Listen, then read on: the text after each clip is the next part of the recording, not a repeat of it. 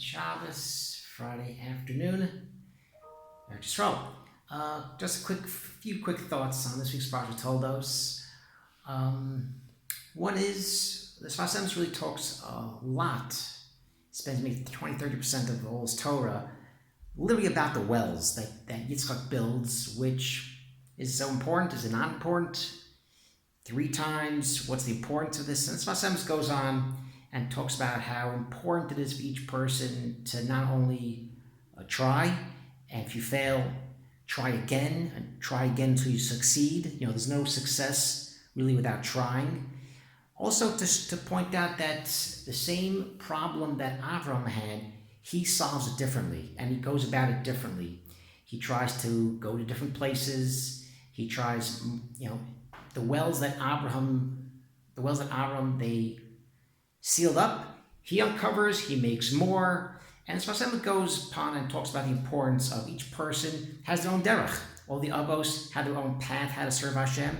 And each of us, we have our own things to fix. We have our own midos. And Sfas Emes makes a point to say that if you're really good in a certain midah and you fail once, it may be a sign to try something different because you kind of conquered that.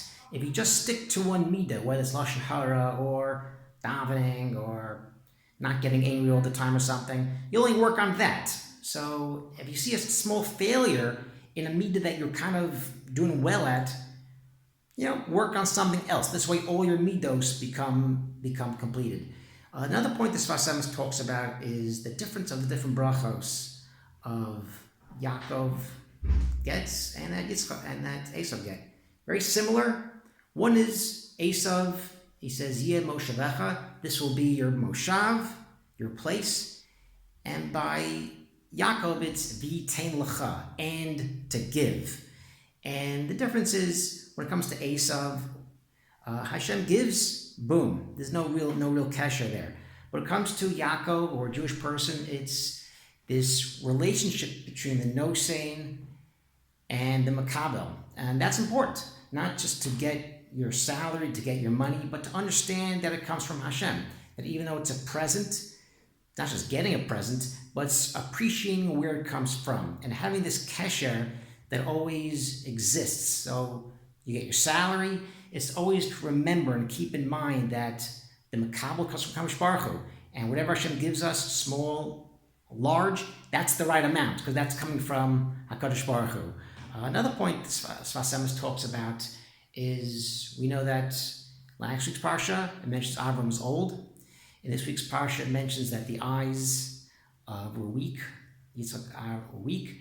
And in a few weeks, we'll know that Yaakov's chola. And as the Medrash says that Avram had a problem, because without someone getting old, they don't know when it's time to go, and they don't know how to prepare. So to do tshuva, Hashem instituted that people should get old, so the end of the days. When it comes to Yaakov's chola, and when a person gets sick and they're about to die, you think about your children, how to pass lessons along. And Yitzchak was Yisurin. Yitzchak had, his eyes were weak. He had Yisurin and troubles, famine, the Akedah, all these things that happened to Yitzchak as well. And to remind you, because Yitzchak was always very careful about din. He was very careful about Yom HaMisa. He was very careful about what's going to happen in Olam Haba.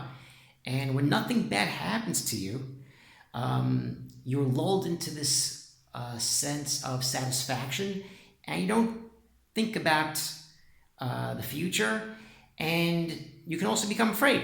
You know what? Nothing bad happened to me in this world. Maybe something really bad will happen in the next world. And Hashem gives us Yisurin in this world to sweeten the din. Sometimes people get hurt. Sometimes people fall off the bicycle. Things like that. And we have Yisurin in this world to kind of do this. And again, all these 3 approaches is for tshuva. A person should always keep in the back of their mind, they're getting old, getting older, white hairs. People get Yisurin, to also think about Yom Hadin, and people get sick. This way you can spend your last time minutes with your loved ones to pass things over. Shabbat Shalom.